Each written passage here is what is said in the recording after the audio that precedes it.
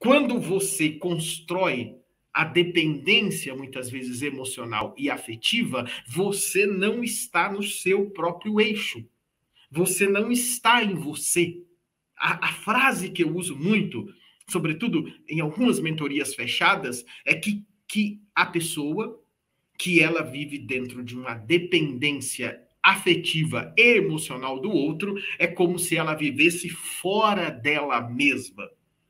Então, se ela vive fora dela mesma, o que acontece é que ela não constrói aquela casa, ela não constrói a estrutura interna para, quando chegar as tempestades, para ela poder chegar onde ela deseja, ela não sai do caminho dela, ela não sai do caminho interno. E muitas pessoas, elas vivem a dependência emocional e vivem a dependência afetiva e elas nem sabem que tem. Elas nem sabem que elas têm isso. O que, na verdade, elas sentem é que várias áreas da vida estão paradas. O que elas sentem são os sintomas do eu fraco.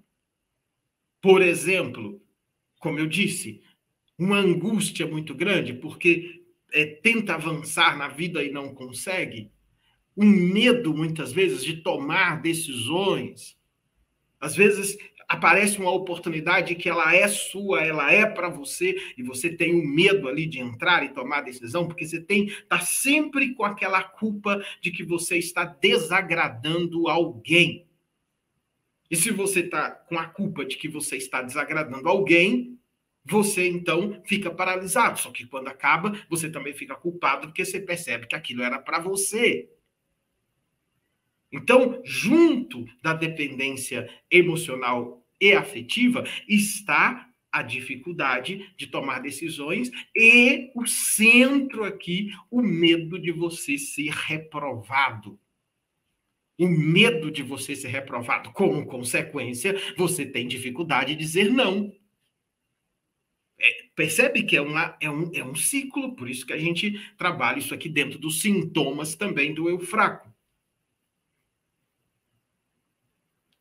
Quando uma criança, ela nasceu junto com a outra,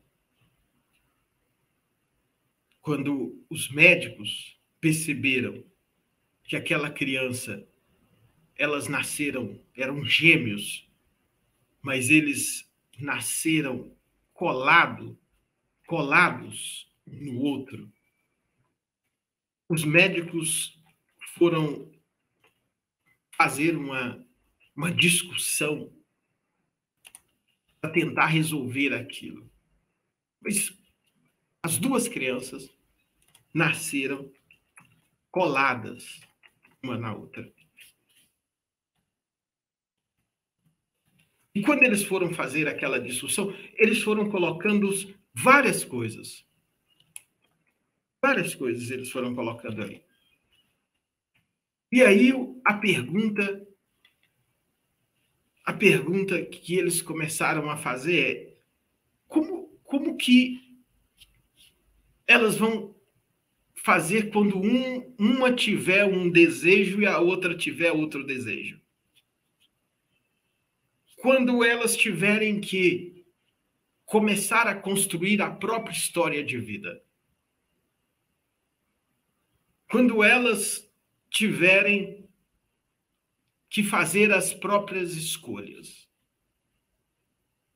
E quando elas tiverem que cada uma escolher caminhos diferentes?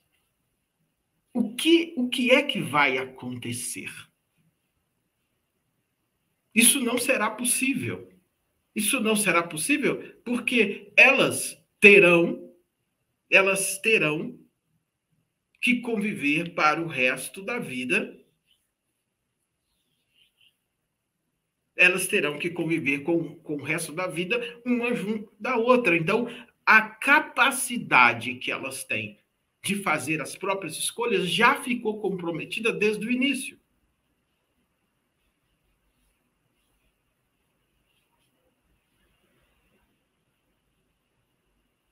aqueles médicos continuaram aprofundando a questão e eles chegaram à conclusão de que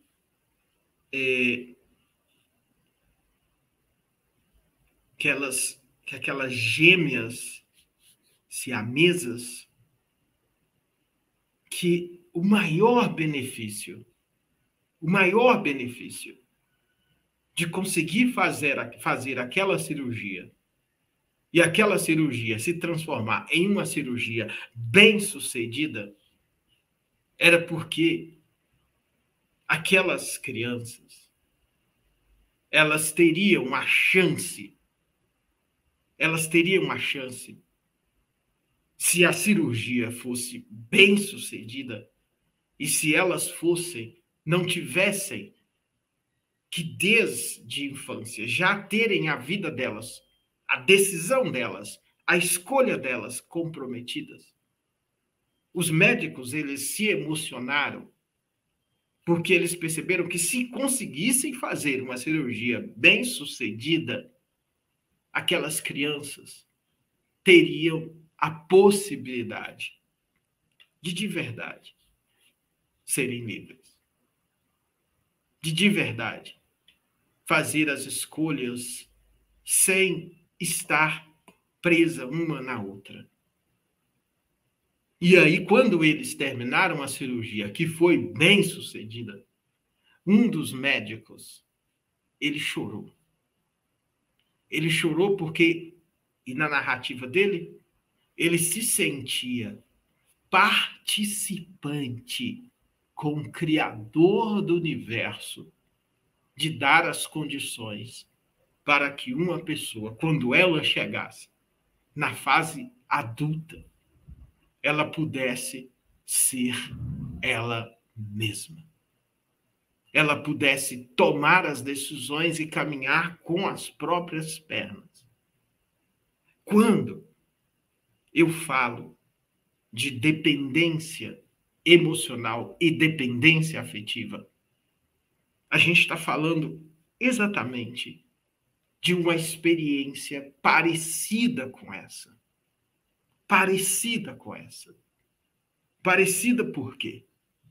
Porque a raiz oculta da dependência emocional e da dependência afetiva, que causa na pessoa essa angústia, que causa esse medo, que causa essa ansiedade, que causa essa dificuldade de tomar decisão, que causa esse medo constante de ser reprovado, que causa esse buraco vazio na alma, que vai gerar essa angústia, a necessidade de complementar o que falta do lado de fora.